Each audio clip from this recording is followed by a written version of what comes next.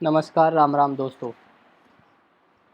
तो दोस्तों, आशा करता हूँ आप सब अपने घर में रहेंगे होंगे, स्वस्थ होंगे और अपने फैमिली के साथ अच्छे से टाइम बिता रहे होंगे। तो देखो, इतने दिन तक जो मैंने वीडियो बनाई थी पिछली सीरीज़ वो वर्डप्रेस पे थी। तो वर्डप्रेस पे मैंने जैसे थीम डेवलपमेंट के मोस्टली वीडियोज़ बना दिए, 1-2 पार्ट कुछ पेंडिंग रहा होगा तो फिर मैं और बना दूँगा आगे।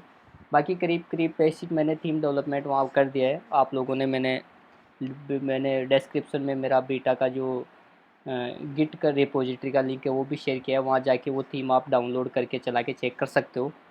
तो अभी क्या नया वीडियो स्टार्ट करने की सोच रहे हैं, तो जैसे कि मेरे मेरे 2-4 स्टूडेंट्स और हैं, उनसे मैंने पूछा तो वो बोले कि सर घर पे ही हैं, लॉकडाउन चल रहा है, जेक्यूरी का उन्हें कुछ सीखना है।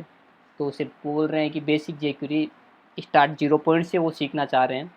तो उस हिसाब से मैं जेक्यूरी पे ही ट्यूटोरियल्स बनाने की सोच रहा हूँ। अभी कुछ 2-4-5 से 8 वीडियो जेक्यूरी के आएंगे, जिसमें हम मोस्टली जेक्यूरी के जितने भी चैप्टर्स होंगे वो कवर करेंगे। तो देखो, सबसे पहले जेक्यूरी की बात करते हैं, तो मैं एक चीज़ बता देता हूँ आपको कि जेक्यूरी क्या चीज़ होती है। तो मैं जेक्यूरी क्या है, जेक्यूरी जेएस की एक लाइब्रेरी है, ठीक है। और ये जावास्क्रिप्ट का एक अपग्रेड वर्जन है, और जावास्क्रिप्ट से ज़्यादा बढ़िया इसमें फंक्शंस दिए हुए हैं, कुछ एनिमेशंस अच्छे दिए हुए हैं जो कि जावास्क्रिप्ट में नहीं है। और जेक्यूरी को देखो, जेक्यूरी सीखने से पहले मैं ये सजेस्ट करूँगा कि आपको basic HTML, JavaScript basic course और साथ में आपको कुछ सीएसएस का नॉलेज होना रिक्वायर है। अगर जैसे एचटीएमएल, सीएसएस और जावास्क्रिप्ट के आपको बेसिक नॉलेज है तो आप जेक्यूरी आराम से सीख सकते हैं। जेक्यूरी आज के टाइम पे इतना ज़्यादा मॉडर्न नहीं बोल सकते, क्योंकि इसका जैसे बोलते हैं टाइम निकल चुका है, थोड़ा बहुत बचा है, बाकी निकल चुका है। अभी जैसे कि अपन बात करें एंगुलर जेएस या जेएस के और बहुत सारे फॉर्मेट्स मार्केट में आ गए हैं, React JS, Node JS, Ajax, Vue JS, और साथ में जेएस के फ्रेमवर्क्स भी आ गए हैं। तो इतना मॉडर्न तो नहीं कह सकते, पर हाँ अभी तक जेएस चल रहा है अच्छे से मार्केट में जेक्यूरी, तो क्यों ना इस पर थोड़ा, क्योंकि ये स्टार्टिंग है।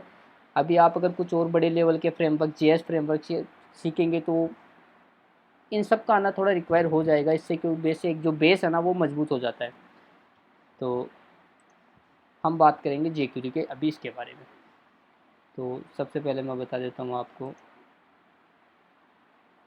कि मैं W3 स्कूल से देखते हैं, ताकि स्टेप बाय स्टेप आपको चीज़ें क्लियर होती रहे। तो जेक्यूरी क्या है, जेक्यूरी एक लाइब्रेरी है, ये मैं बता चुका हूँ। ये जावास्क्रिप्ट में लिखा हुआ है सारा। अब एक बहुत सारे लोग मेरे को ये जानना चाहेंगे कि सर लाइब्रेरी क्या चीज़ होती है। तो लाइब्रेरी देखो, बेसिक सा वर्ड है लाइब्रेरी। आप लाइब्रेरी क्या समझते हो? जहाँ पे बहुत सारी बुक्स स्टोर होती हैं, जैसे कि एक बहुत बड़ा एक हॉल है और उसमें बहुत वैरायटी टाइप्स ऑफ बुक्स हैं वहाँ पे, तो उस जगह बैठ के अपन शांति से पढ़ सकते हैं, तो उस चीज़ को अपन लाइब्रेरी बोलते हैं। सेम उसी टाइप से जेक्यूरी भी एक तरीके की जेएस के फंक्शंस की लाइब्रेरी है।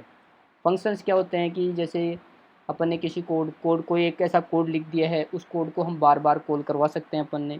तो उस तरीके से अपन ये उन सब फंक्शंस का एक लिखा हुआ एक कोड का पूरा एक बंडल है जेक्यूरी फाइल्स में, जिसको लाइब्रेरी बोल देते हैं। उसको हम अपने हिसाब से उन फंक्शंस को निकाल निकाल के अपन काम लेते रहते हैं। तो देखो, अभी मैं बताता हूँ कि इसको कैसे क्या यूज़ करते हैं। मैंने एक अपने फ़ोल्डर में जेक्यूरी टट्स के नाम से मैंने एक फ़ोल्डर बना रखा है, और मैं नया स्टार्ट कर देता हूँ इस पहले वाले को हटा के प्रोजेक्ट को। तो ये जेक्यूरी टट्स ले लेते हैं यहाँ पे, ठीक है। अभी मैं यहाँ पे मेरी पहली फ़ाइल लिख रहा हूँ, उस फाइल का नाम दे देते हैं अपन वन डॉट, या क्या बोल सकते हैं उसको, चलो ठीक है इंडेक्स ही बोल देते हैं। तो इसको मैं दे रहा हूँ इंडेक्स डॉट पीएचपी, और इसको सेव कर देते हैं अपन। तो ये ऐसा चल गया, ठीक है। अब यहाँ पे सबसे पहले HTML लिखेंगे अपन, और जेक्यूरी ट्यूटोरियल्स,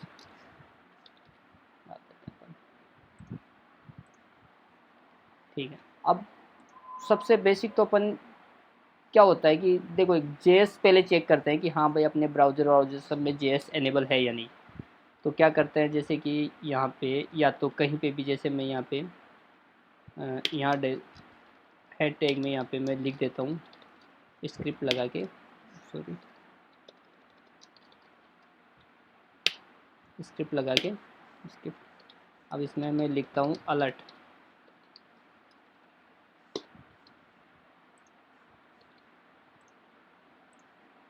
देखिए जैसे पेज चला रहा हूँ मुझे टेक्स्ट अलर्ट करवा रहा है, तो मानते हैं कि मेरा ब्राउज़र अच्छे से जावास्क्रिप्ट को सपोर्ट कर रहा है, कोई इशू नहीं है। अब हम बात करेंगे कि जेएस को हम कैसे, सर इसको कैसे यूज़ करेंगे, कैसे लगाएंगे। तो देखिए जेएस मैंने कुछ डॉक्यूमेंट यहाँ बनाया है, इसको पढ़ता हूँ पहले ताकि अच्छे समझे। जेक्यूरी क्या है, जावास्क्रिप्ट जेक्यूरी किसने बनाई थी, तो देखो एक जॉन रेजिक के नाम से एक बंदा है जिसने 2006 में जेक्यूरी को बनाया था। अब 2006 अभी 2020 चल रही है, तो आप देखो कितना डिफरेंस हो गया है। तो इसीलिए मैं पहले बोला कि ये इतना मॉडर्न फ्रेमवर्क तो नहीं है, पर देखो अगर अपन कुछ और लेटेस्ट सीखना चाह रहे हैं तो बेस से मजबूत होना ज़रूरी है। जो भी डेवलपर होते हैं उनको ये पता रहना चाहिए कि कोई भी जैसे प्रोग्रामिंग सीखना चाहते हैं तो उनको जैसे सी लैंग्वेज पहले सिखाई जाती है, सी प्लस प्लस, ताकि उसका बेस अच्छे से मजबूत हो। इस तरीके से जेएस और जावा जेक्यूरी पहले सीखना चाहिए, और मैं सजेस्ट करूँगा जेक्यूरी से पहले भी जावा स्क्रिप्ट आना चाहिए, क्योंकि जावास्क्रिप्ट तो देखो उसके जावास्क्रिप्ट के कुछ मैं आपको बता दूंगा यहाँ पे कि कैसे क्या कर सकते हैं। तो वेरिएबल्स क्या चीज़ होते हैं, फंक्शंस क्या होते हैं, ये चीज़ें मैं अभी इस चैप्टर में कवर कर लूँगा, ठीक है। तो आगे बोल रहा है जेक्यूरी मत जावास्क्रिप्ट से बनी हुई है ईजी करने के लिए। व्हाट टू डू विद जेक्यूरी, जेक्यूरी के साथ क्या कर सकते हैं, तो उसमें बोल रहा है डोम मैनिपुलेशन, डॉक्यूमेंट ऑब्जेक्ट मॉड्यूल, उसको बोलते हैं डोम। इवेंट हैंडलिंग, इवेंट बोलते हैं कि जैसे कि मान के चलिए मैं इस माउस को यूँ हिला रहा हूँ तो इसको बोलते हैं माउस ओवर। अब जैसे मैं इसके ऊपर लेके गया तो ये माउस ओवर हटाया तो माउस आउट हो गया, इस पर क्लिक किया तो ये माउस क्लिक हो गया, डबल क्लिक कर रहा हूँ तो डबल क्लिक, ये सब इवेंट्स होते हैं। अजेक्स सपोर्ट, अजेक्स क्या बोलते हैं कि जैसे कि अजेक्स का एक अलग चैप्टर बनाएंगे, उसमें अच्छे से समझाऊंगा। एक तरीके से क्या होता है कि हम विदाउट पेज को रिफ्रेश करे हुए किसी भी चीज़ डाटा को भेज सकते हैं या ले सकते हैं, वो अजेक्स के थ्रू कर सकते हैं। एनिमेशंस, जेक्यूरी में हम एनिमेशंस दे सकते हैं, जैसे स्लाइड, टॉगल, इफेक्ट अच्छा आ सकता है जो कि जावास्क्रिप्ट में नहीं आ सकता। लाइट वेट है ये भी ठीक है। क्रॉस ब्राउज सपोर्ट, क्योंकि ये वैरायटी ऑफ ब्राउजर्स को सपोर्ट करता है तो क्रॉस ब्राउज सपोर्ट हो गया है।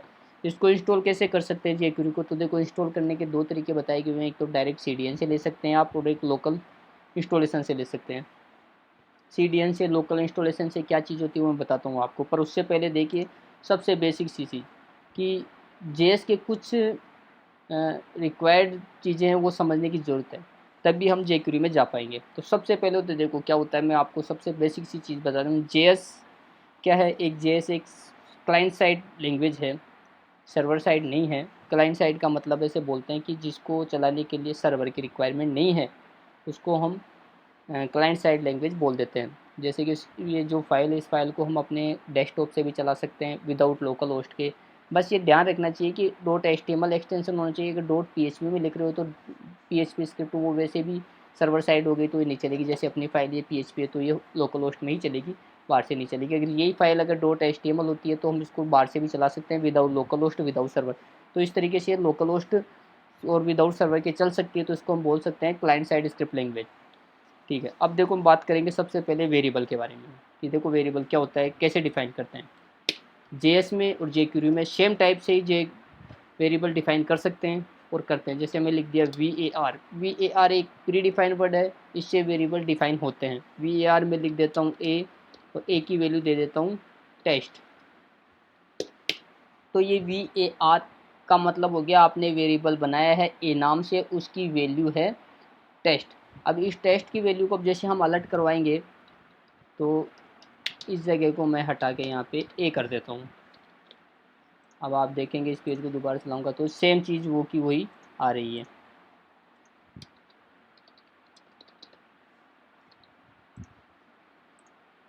देखिए तो सबसे पहले वेरिएबल डिक्लेरेशन कैसे करते हैं जेएस में और जावा जेक्यूरी में, दोनों सेम बात है तो मैं जेएस बोलूँगा कि जेएस में वेरिएबल डिक्लेरेशन कैसे करते हैं। जैसे एक वेरिएबल का नाम लेते हैं, उसके बाद में उसकी वैल्यू डिफाइन करते हैं, तो इस तरीके से वेरिएबल डिक्लेयर हो जाता है।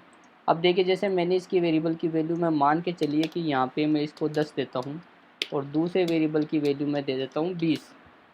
अब इन दोनों वेरिएबल की वैल्यू को a + b लिखता हूँ तो हमारे पास यहाँ पे वेरिएबल की वैल्यू आ जानी चाहिए 30। तो आप देखेंगे ये आ गई।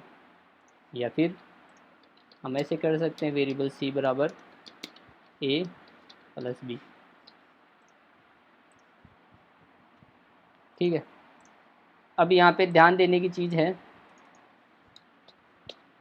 कि जो देखो मैंने यहाँ पे यूँ नहीं किया है, मतलब single quote double quote use नहीं किया है, तो ये नंबर है इसलिए नहीं किया मैंने। अगर यहाँ पे स्ट्रिंग होती तो मैं स्ट्रिंग भी यूज़ करता है इसको। तो स्ट्रिंग होती है तो स्ट्रिंग को हम ऐसे ही कर सकते हैं। अब देखो यहाँ पे अगर जैसे ये स्ट्रिंग है, सॉरी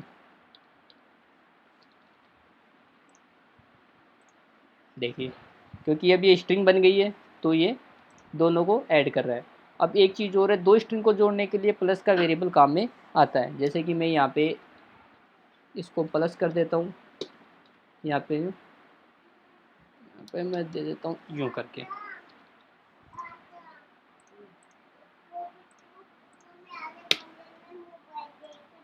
देखिए ये ए और बी को हमने इस वेरिएबल से दोनों को बराबर से काउंट किया है। यहाँ पे मैं इसको वेरिएबल को सी डिफाइन कर देता हूँ। देखिए आ गया ये।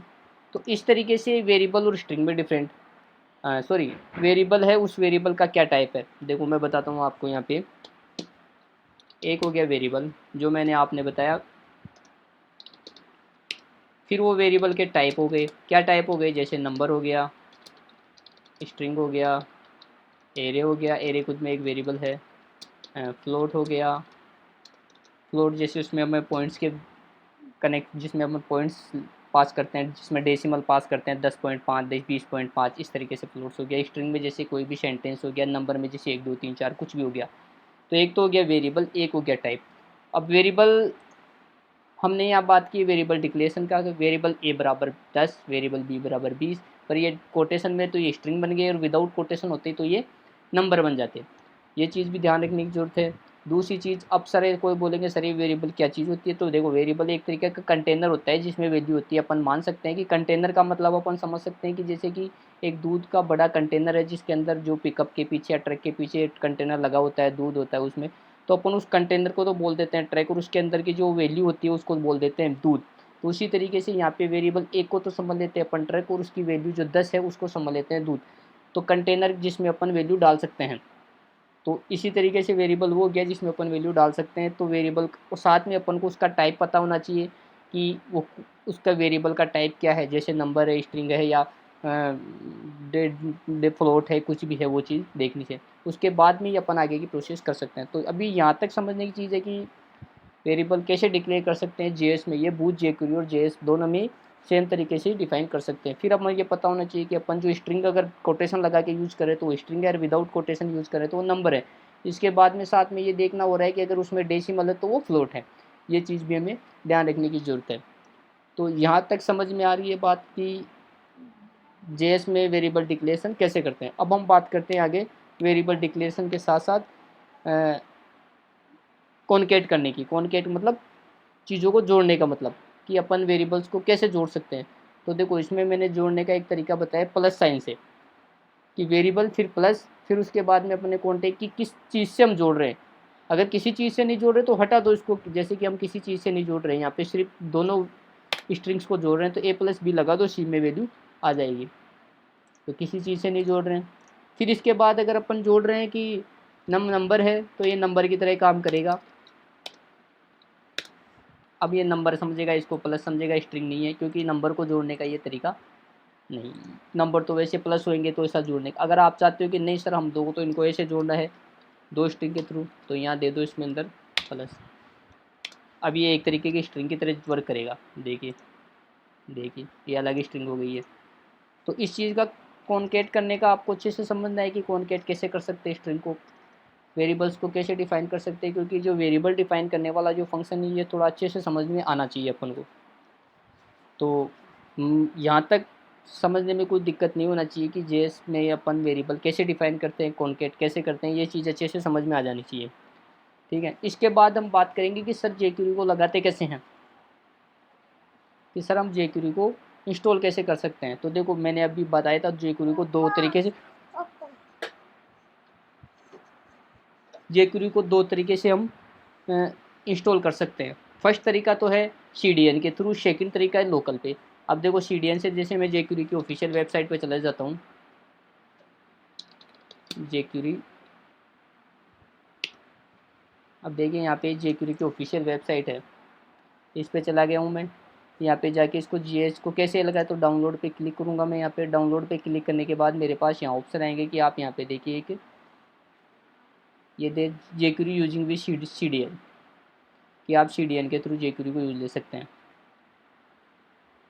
तो गूगल भी अपना प्रोवाइड करवाता है, तो आप गूगल से भी ले सकते हैं। तो CDN पे क्लिक करेंगे यहाँ पे, सॉरी ये गलत जगह चला गया।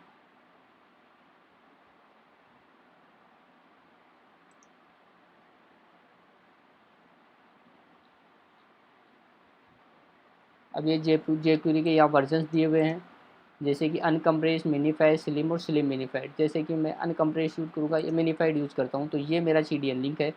मैं इस पर क्लिक करता हूँ और मैं अपने यहाँ पे इसको पेस्ट, सॉरी गलत आ गया, कॉपी करता हूँ, इसको यहाँ पेस्ट करता हूँ। तो ये मेरा JS यहाँ पे मेरा ऐड हो चुका है,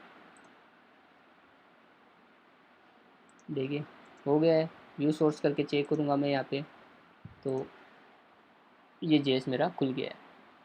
तो ये jQuery ये वाला वर्जन चल रहा है। अब देखिए अभी इसमें क्या होता है कि इसके अलावा कौन कौन jQuery प्रोवाइड करवा रहा है, वो चीज़ भी आप देखनी होगी। देखिए यहाँ पे jQuery का एक गूगल CDN भी है, यहाँ पे माइक्रोसॉफ्ट का भी है CDN। इनमें से किसी का भी आप यूज़ कर सकते हो, या डायरेक्ट jQuery का CDN लिंक आप ये भी यूज़ कर सकते हो। अगर आपको ये नहीं करना है तो ये भी आप लगा सकते हो, तो नीचे वाले को आपको हटाना पड़ेगा। Same same library, same function रहेंगे, थोड़ा बहुत कुछ ऊपर नीचे, पर उससे कोई फ़र्क पड़ने वाला नहीं है, ये अपने हिसाब से मैनेज कर रखे हैं। तो इस तरीके से अपन डायरेक्ट लगा सकते हैं। इसके अलावा आप डायरेक्ट नोट डाउनलोड भी कर सकते हैं, जैसे कि मैंने ये लिंक किया है, तो मुझे ये jQuery, जैसे कि मान लीजिए मैं इसको सेव करता हूँ यहाँ से, और मैं अपने वाले कोड में इसको डाल देता हूँ, इसको दे देता हूँ jQuery.js। तो आप देखिए मेरे इस फोल्डर में यहाँ पे jQuery.js आ गई है यहाँ पे ये। अब मैं इस जगह पे इस सोर्स को मैं मेरे लोकल से ही ले लेता हूँ। ये मेरी फ़ाइल का नाम हो गया, ऊपर वाले को मैं हटा देता हूँ, और इसको, ये भी मुझे इसकी रिक्वायरमेंट नहीं है अभी फ़िलहाल।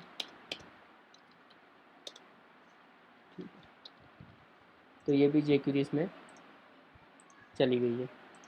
अब सबसे पहले अपन को ये देखना है कि jQuery वर्क कर रही है कि नहीं कर रही। आपने लगा तो दी jQuery वर्क कर रही है कि नहीं कर रही, तो उसको करने के लिए क्या होता है, जैसे इस कोड को भी मैं कमेंट कर देता हूँ।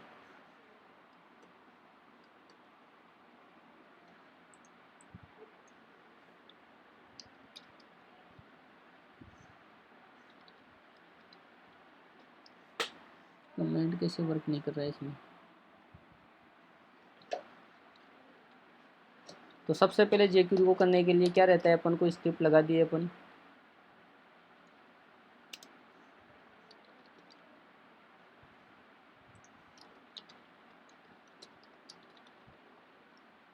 स्क्रिप्ट, फिर स्क्रिप्ट के बाद में हम लिखेंगे यहाँ पे document.ready फंक्शन। अब एक चीज़ मैं आपको बता देता हूँ, इस चीज़ को आप अच्छे से नोट कर लीजिए कि यहाँ दे रखा है हमें ये एक एक्सटेंशन है jQuery का, कोई भी कोड लिखना है तो अपन को इस तरीके से यूज़ करना है, साथ में चेक करवाना है। ये एक बेस्ट प्रैक्टिस है, ये बताता है कि jQuery को डॉक्यूमेंट के रेडी होने पे हमें jQuery का फंक्शन कॉल करना है। तो मैं जो रेडी होने पे फंक्शन कॉल वो अलर्ट करवाता हूँ, अलर्ट में कराऊँ टेस्ट। अब इस पेज को रिफ्रेश करूँगा तो टेस्ट हो रहा है, मतलब मेरा jQuery अच्छे से काम कर रहा है। अब अपन एक यहाँ पे एक क्लिक लिखते हैं, जैसे मैं लिख दिया बटन,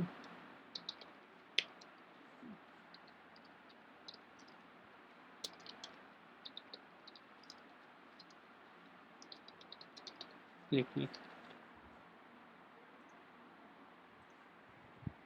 ये बटन बन गया। अब मैं चाहता हूँ इसके क्लिक पे वो फंक्शन कॉल होना चाहिए मेरा अलर्ट का, तो इसके लिए अपन क्या लिखेंगे, तो सबसे पहले लिखेंगे यहाँ पे डॉलर, फिर लिखेंगे अपन बटन, फिर इसके क्लिक पे,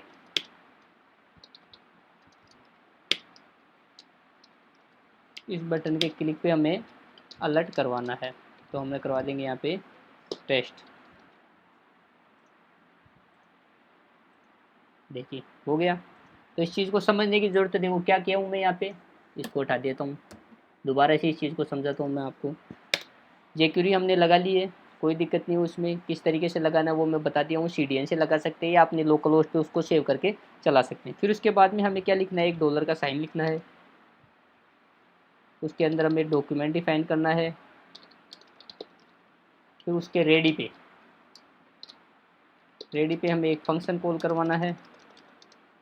डॉक्यूमेंट के रेडी होने पे हमें फंक्शन कॉल करवाना है, और इस फंक्शन को कैसे लिखते हैं और फिर यूँ। ये समझने का तरीका देख लीजिए आप, ये स्टैंडर्ड तरीका है, इसको समझ लीजिए, रट लीजिए। इसको नहीं समझ में आ रहा तो कि इस तरीके से लिखना है। फिर हम क्या कर रहे हैं, वही सेम डॉलर का साइन, क्योंकि स्टैंडर्ड लिखना है। फिर किस पे क्लिक करने पे, बटन के क्लिक करने पे, तो स्ट्रिंग तरीके से कि बटन है बना हुआ अपने, उसके क्लिक पे, फिर वही क्लिक फंक्शन पे हमें एक फंक्शन कॉल करवाना है। ये फंक्शन हो गया, और फंक्शन का जो कर्ली ब्रेस लिखने का तरीका है वो हो गया। और यहाँ पे हमें क्या करना है, टेस्ट, ये देखिए। तो ये एक लिखने का तरीका है कि अब यहाँ पे जो डॉट क्लिक है ये वाला, ये क्लिक पे, क्योंकि इस क्लिक पे, अब इस क्लिक की जगह हम डबल क्लिक भी कर सकते हैं,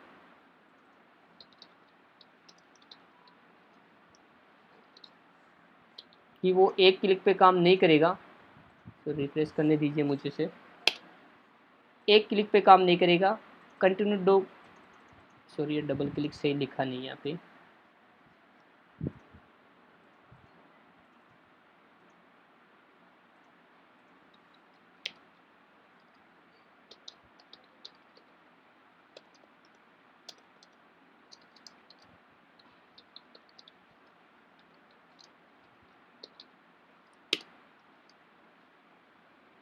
वो स्पेलिंग थोड़ा प्रॉब्लम है, ये है स्पेलिंग।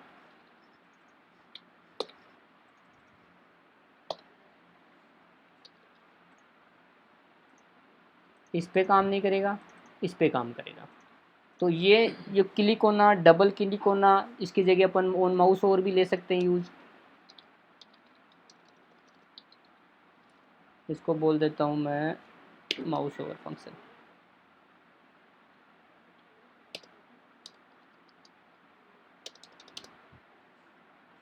भाई माउस ओवर पे हमें ये कॉल होना है। तो देखो क्लिक, माउस ओवर पे जाते ही देखो मैं इस पर क्लिक नहीं कर रहा, इस पर ले जाते ही ये खुद ब खुद अलर्ट करवा रहा है। तो ये जो प्रोसेस है माउस ओवर पे, डबल क्लिक पे, इसको बोलते हैं इवेंट्स। इवेंट्स किस सेलेक्टर पे करवा रहे हैं, तो ये जो पार्ट है इसको बोलते हैं सेलेक्टर, कि इस सेलेक्टर पे ये इवेंट परफॉर्म करने पे ये वाला काम होना है। और ये जो ये वाला पार्ट है ये jQuery का एक स्टैंडर्ड पार्ट है, ये हमें लिखना ही, ये लिखना है कि जब भी डॉक्यूमेंट लोड होए तो डॉक्यूमेंट के रेडी होने पे हमें ये फंक्शन कॉल करवाना है, और वो कौन से फंक्शन से वो हम अंदर लिखेंगे। तो इस तरीके से हम jQuery को कॉल करवा सकते हैं, डायरेक्ट अपने लोकल होस्ट से या फिर हम अपने CDN से।